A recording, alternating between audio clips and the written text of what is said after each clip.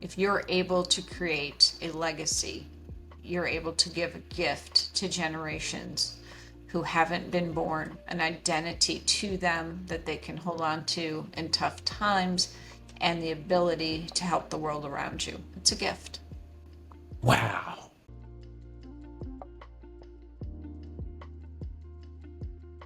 Welcome back to the Rubasha Family Podcast. We have a very special guest in the building. We have Wendy Craft, the CEO at L Family Office. Now, I want to read a little bit about you, your family office expertise, both US and international, your family office exchange advisory board member, NYSSCPA family office committee member, the NYU Stern's Business School Family Office Committee, part of that, and what I loved and I saw was the top 50 most influential women in private wealth in 2015 as part of the Private Asset Management magazine. Impact Partners Advisory Board member. I'm always seeing advisory. I used to, I was really into mafia movies when I was younger, and that role of the consigliere, so it sounds like you're a little bit of a conciliage, and we're in family office. Actually, I'd love to even see the comparisons in that, but welcome to the show. Thank you. Thank you very much. No worries at all. So obviously you just saw me reading there all these, amazing things that you've been able to do and just build quite a big legacy. What drives you every day? Like, why do you wake up every day and do what you do? I love the family office space. I just love it. I've spent 25 years in it. I run a family office now. I love to teach. I think if I wasn't heading a family office, I'd probably be a professor because I just really enjoy teaching concepts and helping people. Um, it's a great feeling. So I'm one of those people who absolutely loves my job. Wow. Can you explain what is a family office, please? Marketing is all about storytelling. Dad, when we first started this business, what did you say to me? I said, yes, we do a podcast Why? because I want to tell our story. Why? Because I know the story build a legacy. Build a legacy. And that is exactly what we do here at ETS Rubasha Media. We market your story on social media so you could build a legacy for those who come after you, to build your business and your personal brand. Yeah, follow us on our platform. Go on our website, etsrubashamedia.com. This is about legacy, and it is about showing up on social media every single day, because if you don't show up, your competition will. Sure. And I'm going to say this as a preface so you don't get all kinds of concepts. Everybody has a different idea of what a family office is, what it should be. There are people who've written dozens of books on the subject, but I will give you my personal take on this. It's when you have enough wealth that you can no longer have certain functions carried out in your operating company that you use to build your wealth. So you really can't have your CFO handling investments in private equity or oil and gas because you're building widgets, right? So you need to start separating that out and bringing in professionals that can handle your own personal business away from the company.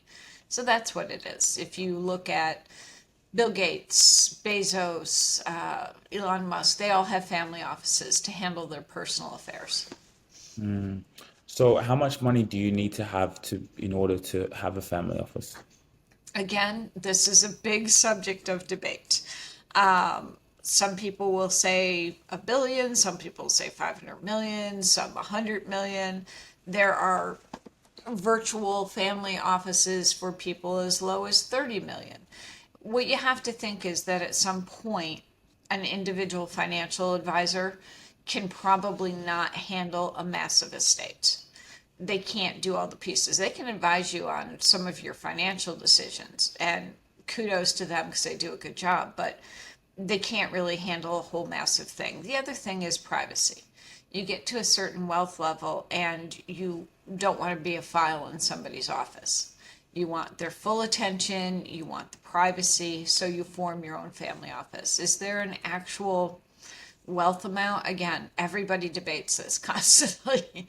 I would personally say it probably falls in somewhere between 100 million and 500 million would be where you need it. But there are people who are billionaires that don't have a family office. There are people with $100 million who do. So it depends on circumstances. Wow. So like what really intrigues me in this space was how did you were able to get to where you are now? Like what was your trajectory? Well, everybody, the big joke in family office is, how did you fall into this? Because everybody came at it from a different place. There is no degree in family office. Most people come at it. I came at it from a legal background. Most people come at it from an MBA, having worked at Morgan Stanley, Goldman Sachs, something like that, met a family, transitioned over to the family office. Some people are a private personal assistant. I know two of those who, through the person's operating company, were their assistant for like 30 years, they broke off to form a family office, and they trusted that person so much, and that person knew their affairs so much, they wanted them to head it. There's no right or wrong way. Wow. So it's very intriguing because like to see the way like it operates, right? So here you're saying from you said 100 million to let's say 500 500 million. minutes. Yeah, would be your starting point for really needing a family office. So what about the ones where are big names, right? Like if you're out there, you've built up someone like Elon Musk and you're all out there in the media, but like you also said, they also have to be private. Is that now someone just having a really good family office to protect the ones who are incredibly still public people? Because, they're huge targets and when you amass that amount of wealth. So people want to be kind of hidden, but at the same time, sometimes even for their business or who they are, their brand is already high. So how does that work? You really need a great family office. So they're going to be your gatekeeper. And they can tell the public story of the person and then keep things private. So I'll pick on Elon, because he's a public figure.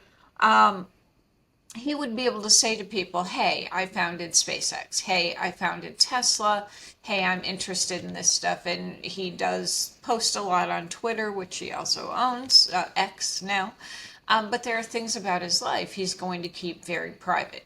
His address, where he might put investments, security, what security he has, his personal transactions with people. So there's a public persona and a private persona. And the same is true with any family. This is who we are. This is how we made our wealth. Where we live, exactly how much we're worth, that is not really anybody's business. And we're going to keep that very private. And someone, where you've worked closely with families like this, can you talk a little bit about the stigma that society has when you think of wealthy people, for example, right? There's so many negative connotations, they must have did something bad to be able to have that amount of money or all this type of things that, just I guess has been programmed. Can you talk about really the importance of wealth and, for example, a family office and how that impacts the community? Sure. Yeah, there's a lot of, we saw that up in New York a couple of years ago, and they were protesting at people's homes and down on Wall Street. And I certainly get that. I myself come from very humble beginnings, so I really do understand it. But you're thinking, people think, oh, wealth, well, they just had this advantage. No, especially in America, we have entrepreneurs who really do something. It's the American dream. I know people with family offices that, not to pick on any one person, amassed a whole bunch of auto dealerships, or they had an HVAC company and were able to put it out and franchise it and made enough money to have a family office. It's a lot of hard work being the wealth creator. It's hard work being the next gen and having those expectations on you. It's hard being a target all the time and having to question, does this person want to be my friend or fall in love with me because of my wealth or because they like me? What we have to do is kind of change the story and say, what do wealthy families do for us? They do a lot. COVID was a prime example. No government was able to really get a handle on it in the beginning, but the families were. And they all stepped up. Oh, hey, I know a family in China that has ventilators. Let me see if I can get those in. Or I can afford to pay for tablets so the local school system can go work, school from home. I have connections to help here, and they all did it. They all Wow. just stepped in and used their contacts, and I was in the hub of that, where families were like, "What else can I do? How can I help?" Outside of COVID, you will see many family offices, most have a foundation, and they do good works. I don't want to pick on any particular family because I don't have permission to do so.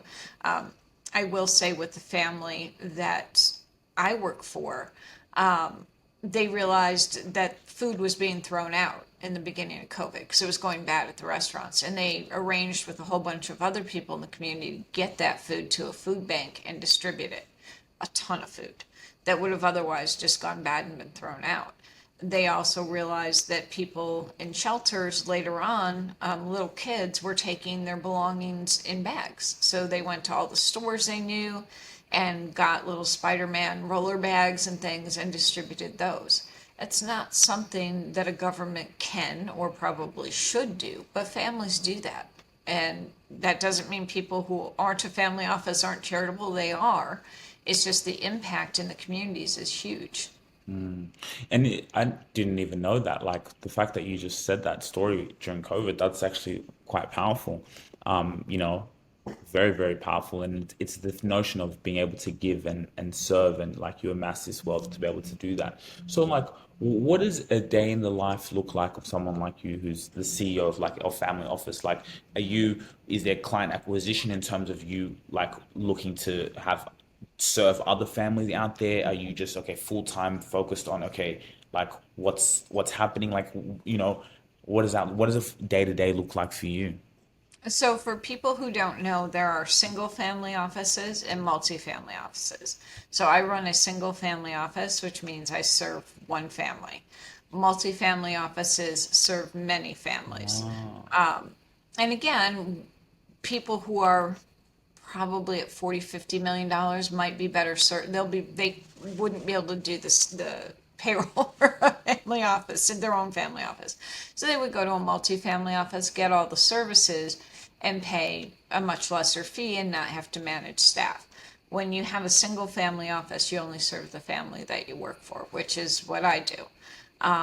I don't know how it is for other people, but for me, I usually have my list of things we need to get done. Um, and that may involve needing to sit with the family principals. It may not. And then usually what happens is you start talking to them and other things need to be done or they pop up. And you have to just really be organized and you have to be able to pivot and say, okay, we need to do this, then we'll do this. And then go back to your list of things that need to get done. You could be working on with staff on the trust and estates. You could be working on the investments with the CIO. You could be working with the CFO on new software to track the different fund investments. Anything and everything, it's all in the bucket. so are you in a space where you recruit staff or anything to help out with these things I have a really good staff. Most family offices, according to Fox, are 4 to 6 people.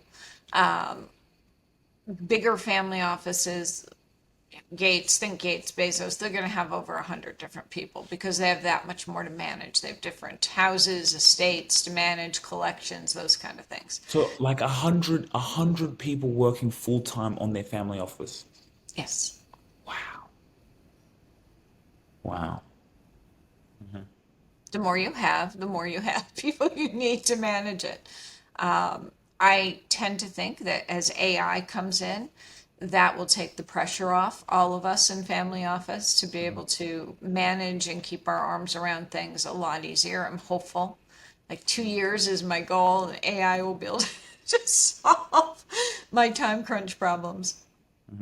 In terms of like what are you spending majority of time on that you feel AI can reduce? Um, Data It's a lot of data coming in from different investments, data on different properties, data on, moving things in different structures. It's just a lot of data. And it has to be controlled. There are great wealth platforms out there. They're now incorporating AI. We're pretty excited about that as a group. And I just want it to be 2 years from now where I can go, hey, how's this doing? Or even better, the computer can say, oh, I don't know if you saw the stock market this morning. You better watch this investment. Go take a look at it. So I can have it tell me what I need to go to look at instead of me going around digging around and making lists of what I need to look at. So like going back to the, having team and incredible staff, what's the key for a CEO to understand when building a team and being able to have a team that can serve in the way that you guys are doing? What's the key to, building a relationship with your team? Well, it's a very intimate relationship. I want you to think about hiring somebody who's going to know your checking account, your savings account, how much you spend on anything, where you travel, your itineraries. I mean, just think about a person in your life that's not a spouse, knowing all those things about you. So it's an intimate relationship in that way, and it has to be built on trust. And it has to be a service-oriented person. You have to want to serve the family. And if that's not the attitude and you really just want to try to borrow their jet for the weekend, this job really is not for you. It's just not. So you have to get the right personality. We say EQ, emotional intelligence, is more important than intellectual intelligence because you need to be able to read the room. You need to make sure that your family principles are healthy. Nobody's trying to commit fraud to attack them financially or physically. That their children are safe, that their world is okay so they can do what they do.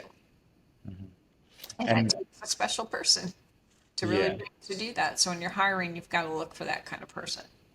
that can do that. And on the client side, obviously serving the family, what are some key things? Because, I've been reading this book, Never Lose a Customer, and it talks about, that relationship you have with the people you serve and consistently working on that. And so many companies focus on attracting new clients instead of retaining the ones that they have. Everything is always based on getting more instead of actually like, how can we serve the people we already have more and more, right? Because that's also even more profitable because, so in terms of, the CEOs out there, what's that provider and client relationship like? How do you continue to maintain that and serve them? Because we're all humans at the end of the day. You are. For me, because it's kind of unique, because I only have one client. That's the family, right? But you have to listen. And I would say to every CEO, listen, don't worry about selling or getting your point across. In fact, I spoke at Opal Conference over the summer, and I said to them, just remember, families, and I guess this would be customers for other people, they're people. They're people first. Don't worry about all the other stuff. Talk to them, hear their story, learn them, and be a good listener. Be willing to help them first before they help you. And I said that to all the sell side people at the conference. I said, maybe if you offer to be helpful to the families instead of just trying to pitch them and get a check, you'll build that trusted relationship where they will want to invest with you. But they're not going to meet a stranger and you're going to say in 10 minutes, I have this really great idea, blah, blah, blah. Would you write me a check for $1 million? It's not going to happen. You've got to build that relationship. And you have to water those flowers. You have to keep that relationship there. And it's much different than people who go to an institution like a pension fund or an endowment or a company where it's purely transactional. Hi, we have an HVAC system. You need an HVAC system. Would you like to buy one? This is people at the extreme when you get into this space. People. Yeah. And what about moments when maybe you and the client aren't going through good times? Maybe there is a little bit of friction sometimes. How do you get through that? I found that it's the best thing to do is to be open, transparent, and to communicate.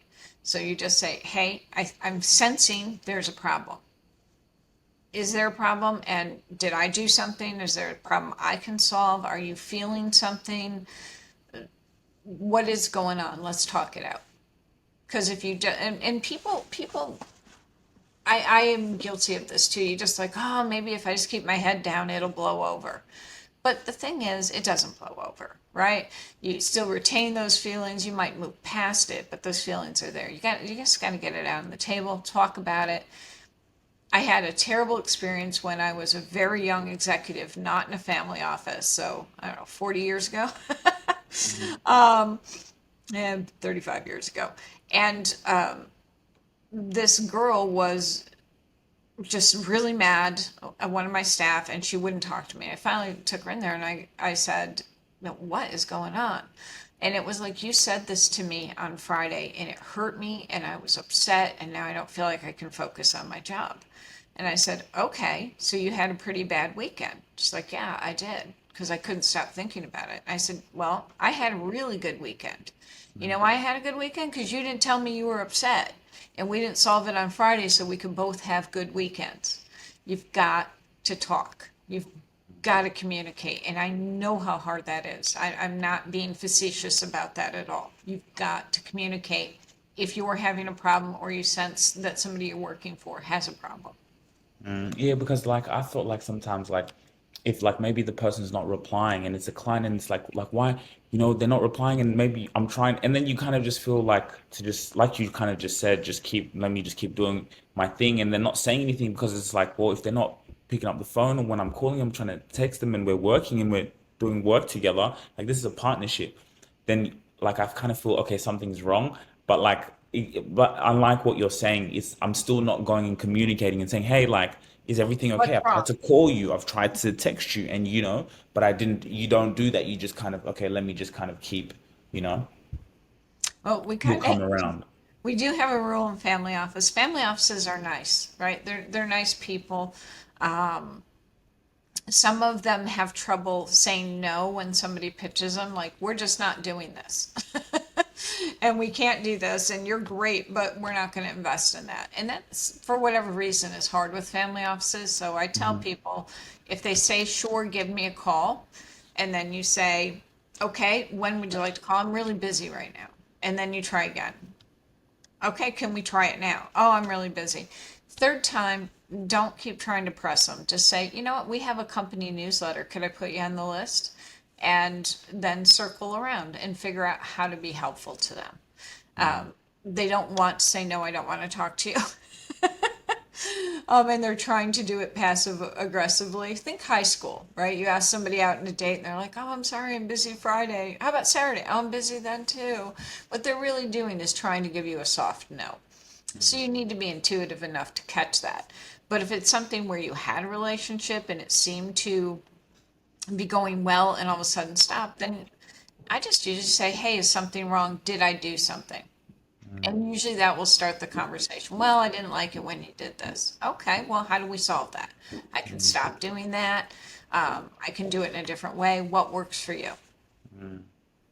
And so like, what's next for you? Like, when you're doing what you're doing, like, what's your vision? Like, what are you, always like looking at and having the vision for?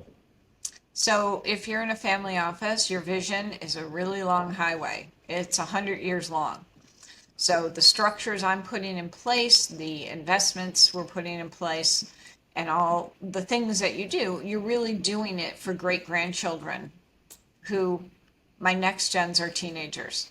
There's no grandchildren. There's no great-grandchildren. There's no great-great-grandchildren. But that's what we're planning for.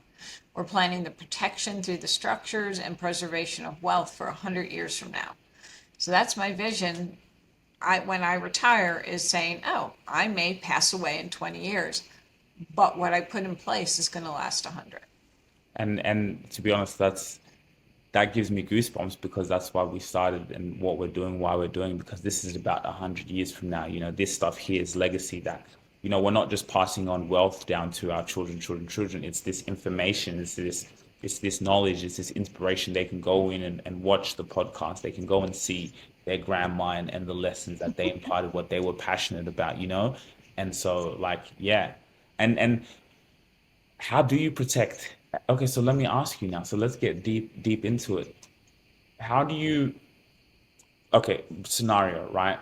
Family. And then one of the boys in the family becomes wealthy. We build a business. Let's say siblings. Maybe the siblings are not in the business, or now this money has come in through this person who's worked hard. A lot of the times in certain communities, well, I got to take care of everyone, and a lot of that stuff happens. How do you solve that in a like entitlement in a family, right? Like that scenario I just gave. How do you even solve siblings coming in? How does this all work? Well, first I would say, do you like your siblings? Yeah. You may not like them. They may not be good people. You may not want anything to do with them. But if you do like them and you do love them, what I would say to you is don't just write them a check. Especially for someone who doesn't have financial education, that is the worst thing you can do. They'll go spend it and then they'll come back and say, I want some more. What you can do is teach them financial education. You could set up a small trust for them where they're not allowed to invade the principal, and they could just have distributions. Therefore, they know every 3 months I'm getting $10,000. It certainly helps my situation and I like it. The other thing you can do is teach them assets. So you could get them an apartment building, and you could be a co-owner so they couldn't sell it, and they could live off the profits of the apartment building. So you're teaching them to maintain a building, to have tenant relations, to be able to function on the profit from that building, to take care of the asset and all that. So you can do a lot of things. But what I don't suggest, and the same goes for children, don't just write a check, especially to somebody who has no clue how to invest it. You want to really do them a favor when they're young, as we talked about, put a couple of grand at Charles Schwab or whoever, and put it in an S&P low index fund. It will grow, and teach them not to take it out. 40, 50 years, they'll have a nice chunk of change to retire on. So there are a variety of things you can do. You will do it very differently for your children than your siblings, because your children are your legacy and they're going to carry it down. But siblings, you will have cousins. You will have friends from elementary school. I once asked one of the families who has a household name, so I'm not going to mention it. I said, what do you do when 1,000 people email and call you and say, my child is dying of cancer, and I know you have the money to save their life? I said, emotionally, I would just be on the floor every day going, oh my God, I got to save everybody. And I would just be a wreck. And how do you do that? I don't understand, one, how you can take it, and two, how you respond to it. And they were very thoughtful. And they said, like, even though I have this very famous name, I live on a trust. So I only get so much too. And we allocate our charity in January. So I keep this list of charities and foundations that will help them. And I can give them the number and the contact person, and they can get free services there, and they will have somebody who can assist them. So they put together this list simply so they can send it and they can help, and they stay in touch with them. So maybe you're not writing the check, and I'm sure to the outside world that seems selfish, but if you get $100,000 from your trust, famous name or not, it's kind of tough to live on that yourself, let alone save every person who, because you have that name, thinks that you should be able to. So that was a good learning moment for me. And it's like heavy. What's that saying? Heavy is the king that wears the crown. Like, you go for all this, and now when it comes, it's like that's the highest level. Now everyone's coming and asking for you. The more kind of problems arise. It's like, I've been working so hard to get to this point, and now you're the one that people are coming to. Everyone's problems, people are coming to you. Let me ask you, what do the really successful families do well? And you see, from the Rockefellers, or you drive down, you see Chase Bank. That's someone's last name. All these places you see someone's last name. Morgan Stanley. Morgan Stanley. Those are people's. People forget. Those are people's last names. Everything from someone's imagination you see out there is someone's family. So what are the ones that do really well? You look at Donald Trump. I was reading a little bit of his book. Like, they came from wealth, but to go and to take that wealth and to take it now to the next level. And his children now, I see all of his children, they're all killers. What do they do really well that keep this? Like, I mean, that's legacy, man. Lose the attitude of, oh my gosh, I work so hard and I don't want my children to, and I want to give them everything. That is the most destructive attitude you can have if you want to preserve your legacy and your wealth. They need to work. I think what Shaq said, I'm rich, you're not rich. Yeah. It was great. I want to put him on stage for all the families. See what he's saying? That's what you tell your kids. So you need to have them work. You also need them to understand that they're not spenders, they're stewards. That wealth isn't theirs. It is something that they are privileged to steward to the next generation. And not just for selfish wealth preservation, but for charity and for their foundation and for their good works. They have to be a good steward. They also need to do something other than play video games on the couch going, trust payment day. They need to work, right? They need to have purpose. We all need to have purpose. That can be through the foundation. They can go get a job with another family. They can go work in the regular world. It doesn't matter, but they need to have purpose. They need to work. They need to learn the value of a dollar. It's very important. And they need to, at the same time, look out for themselves. I will tell you, as we send off our next gens to college, and I think I told you this, there has been some schemes to try to get the admissions lists for incoming freshmen, because you come from this little bubble where your family's protecting you, and now you're out in the world, right? First time freshman in college. And people will get their names and they'll figure out where they are on campus and become their friend and want to date them and either marry them or ask the family for a payoff to stop dating them. And you're like, oh, well, that's nasty. But think about that poor little 18-year-old who just fell in love for the first time and now has their heart shattered, right? And to teach a beautiful child that you have to not be trusting, that you have to call me at the family office and have me run them real quick to find out who they are and what they've been up to, really stinks. It's not a nice way to have to deal with life, because we want our kids to trust and to love and to be kind. But unfortunately, in this situation, there's problems with that. I love this conversation because it's like I'm picturing myself being in this level as we continue to grow and having like I'm going to have a family office, and these are powerful lessons that you're saying, right? And it's interesting. It's a different world because you have some people's full-time job is how can I take money from wealthy people. Imagine someone studying, looking at the last name, saying, okay, go and maybe you date that person. Like someone's full-time running a business on how I can take, and you have wealthy people, their full-time thing is on how I can serve. And it's just like, it's the same energy, but so that's very interesting how you're saying that. It's like when you amass this type of wealth, it's really like a huge target. Does that like bring a lot of paranoia in your job?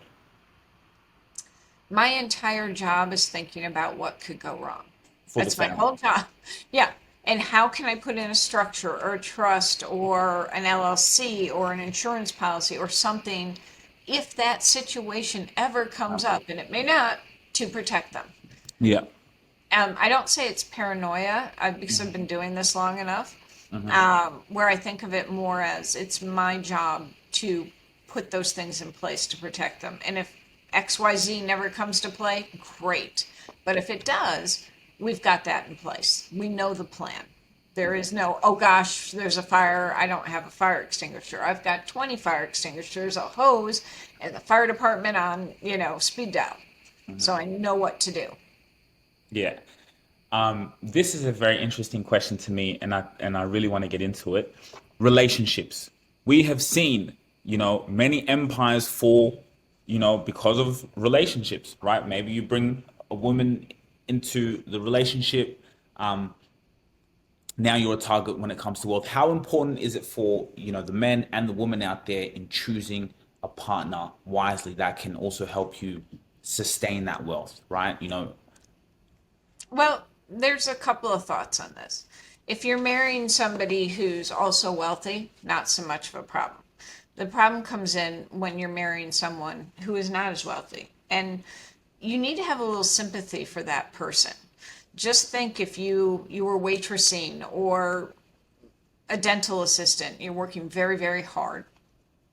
Sometimes you can't make the rent, sometimes you can, and you meet this person, you fall in love with them, and paying rent isn't even an issue for them. They're more worried about somebody robbing their house or using their name wrong or whatever. And now you've got to go to them and ask for some money to go buy some clothes because you have a charity event. How would that make you feel? Like a child's not an equal, right? And we wrestle with those things as family offices. Some of the families have come up with a new thing to deal with it, which I really like, and kudos to them. Instead of a prenup that says if this doesn't work out and we divorce, you get $7 million. Because that's almost like, hey, let's make sure the marriage doesn't work, and then you get a lotto ticket, right? And what have you done? They're not going to be able to support themselves on that for their whole life at the life they've become accustomed to. So what they do, instead of having a prenup, they have a marriage settlement on date of marriage. And that's a certain amount of money, a considerable sum of money, that's held in limbo for 1 year. And they are required to receive that to go to financial classes that the family office facilitates so that they understand investments and equities and ventures and life insurance and their own will and everything else. And then they receive their money and the family office helps them and guides them and they start investing. So then the conversation at dinner isn't, geez, can I have $2,000 for a dress for the ball? It's like, I invested in Amazon and it went up really high today and I made $5,000. How'd you do today? Now we're talking. See, these are the Now we have conversations I partners. like. We have partners as opposed to, this dynamic, which is very hard to do sometimes. Your best scenario is when you get somebody who they marry and they create the wealth together, or the wealth is created during the marriage, because then they're always equal. They knew each other when they could have to only eat peanut butter and jelly. That's a great situation. But where the wealth is already created, or you have a second, third, fourth, 20th generation family member, then you do need to think, is a prenup enough? Or is So- that just incitement to divorce? So let me ask you, I'm part of that second cohort where, like, let's say me and my partner, we kind of just got together when we were young and, been building things together. I'm building the business, we're doing what we're doing, we're engaged. What would your advice be to me? Do I like sign a prenup? Like, my question is more like, of course, we plan to be together for the rest of our life, but life Everybody happens. does.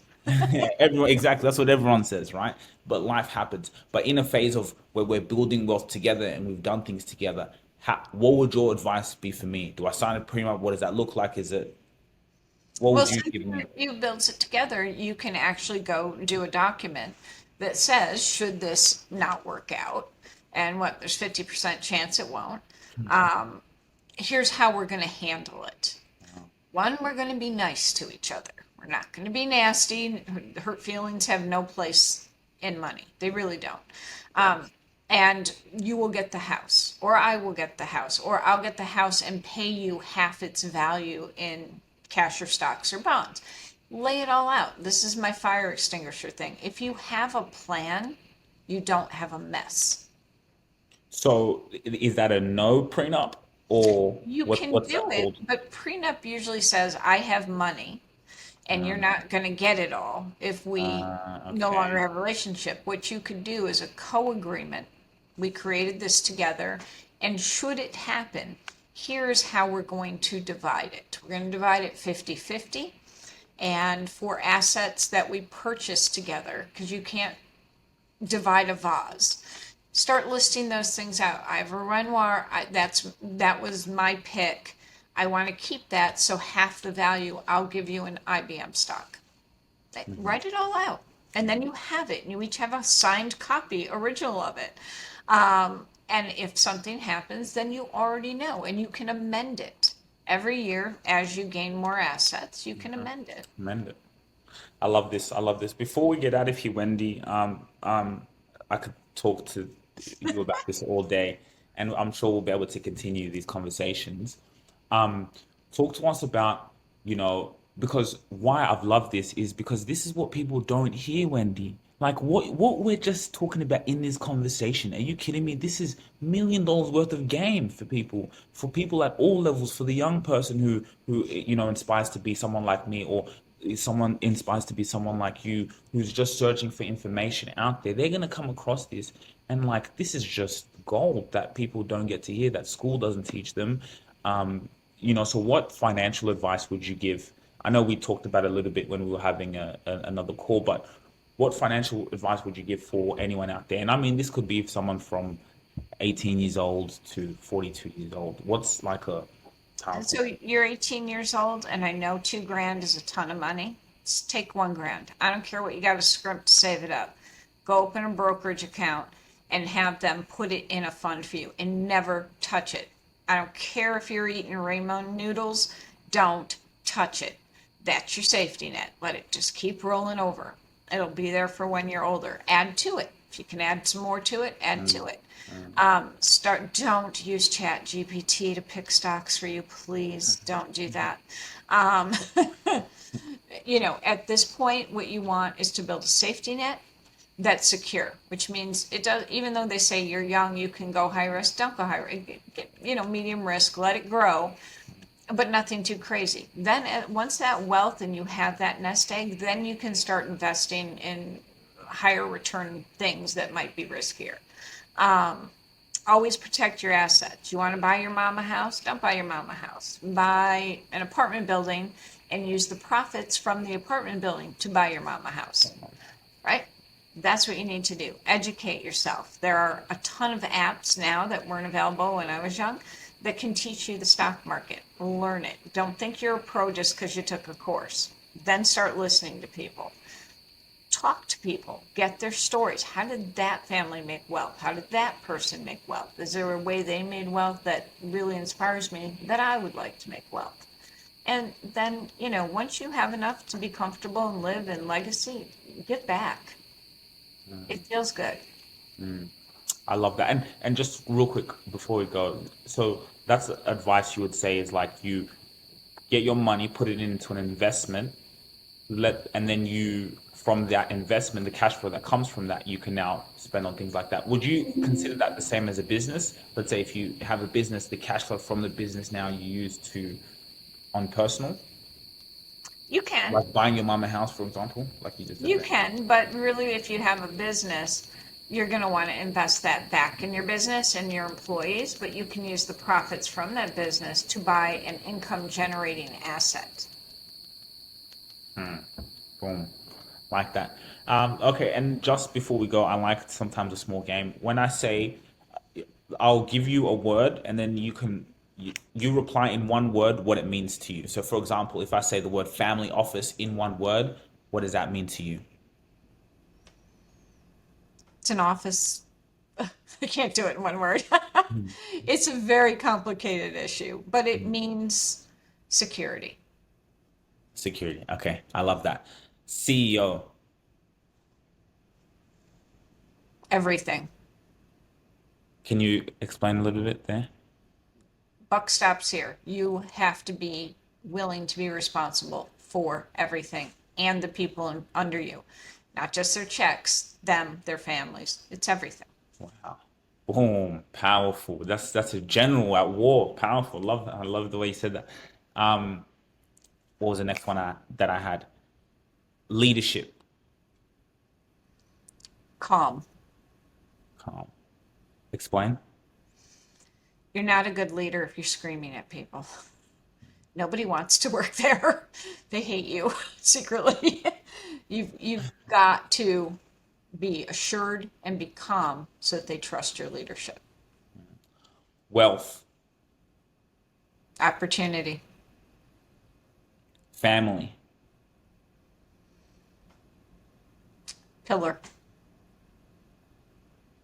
Legacy. It's a gift. It's a gift. It's a gift. Explain that a little bit. If you're able to create a legacy, you're able to give a gift to generations who haven't been born, an identity to them that they can hold on to in tough times, and the ability to help the world around you. It's a gift. Wow. I think we can end it there. That was amazing. That was a mic drop. That is powerful. Legacy is a gift.